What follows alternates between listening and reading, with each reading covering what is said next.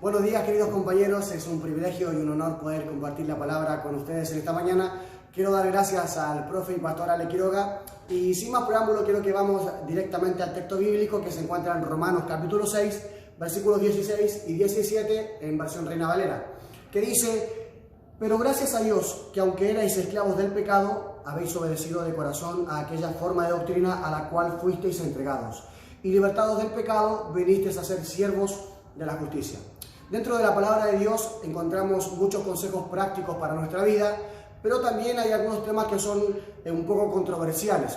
Esto se le conoce como paradojas bíblicas y dentro de ellas está, por ejemplo, no ames al mundo, pero después se nos ordena decir que amemos al mundo. Otro tema paradójico es que Dios mismo dice no matarás, pero después ordena matar al pueblo de Israel, a sus enemigos. Y la paradoja más grande de todas, sin duda, es la de Jesucristo, que la muerte de un solo hombre trajo salvación para toda la humanidad.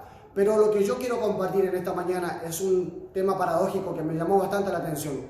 Y se trata de, ¿en Cristo somos libres o somos esclavos? Es por eso que he titulado a este sermón Libertad Condicional. Así que me gustaría poder exponer en esta mañana dos perspectivas respecto a la libertad en Cristo. Y la primera de ellas es: en Cristo somos libres. Juan 8:32 dice: y conoceréis la verdad, y la verdad los hará libre. Ahora, ¿de qué hemos sido hechos libres? Podría preguntarse alguno. Y sin duda que desde el principio, cuando Dios creó todas las cosas, Adán y Eva, quienes eran los primeros seres humanos, tenían todo para poder vivir bien. Pero decidieron desobedecer a Dios y comer del árbol que no tenían que comer. En ese momento toda la humanidad pasó a una condición de pecado y por ende esclava del pecado. Romanos 5, versículo 12, dice que por medio de un solo hombre entró el pecado a todo el mundo. Y por eso es que todos nosotros pasamos a estar en una condición de esclavitud del pecado. Así que claramente lo que Cristo hizo, lo que Dios hizo por medio de la obra de Jesús, es darnos libertad del pecado y de lo que ese pecado implica en nuestra vida. La segunda perspectiva que me gustaría ver es que en Cristo somos esclavos.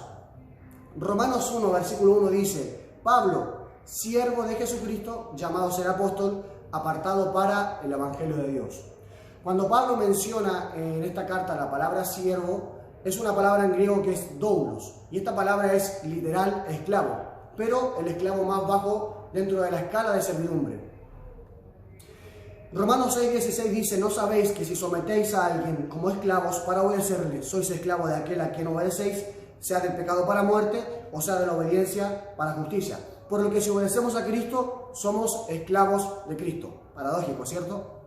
Filipenses 2, capítulo 5 al 8, habla justamente de lo que Cristo hizo al despojarse de su estado de gloria y que no tomó eso como algo para aferrarse, sino que se hizo esclavo, se hizo siervo. La misma palabra doulos que usa Pablo es la palabra que se usa para decir que Cristo se hizo siervo para venir a morir por nosotros. Esto para cumplir la voluntad del Padre. Jesús es nuestro gran ejemplo y nuestro modelo a seguir. Él se hizo siervo, o sea, doulos, por obediencia al Padre. Ahora, ¿cómo podemos conciliar estos dos términos o estas dos perspectivas y lograr encontrar el equilibrio de ambas? Y es que somos siervos que sirven con libertad por amor. Primera de Pedro 2:16 dice: como libres, pero no como los que tienen la libertad como pretexto para hacer lo malo, sino como siervos de Dios. Así que en Cristo somos libres, pero también somos esclavos. Somos libres del pecado, pero somos esclavos o servidores de Dios por amor a lo que Él hizo por nosotros.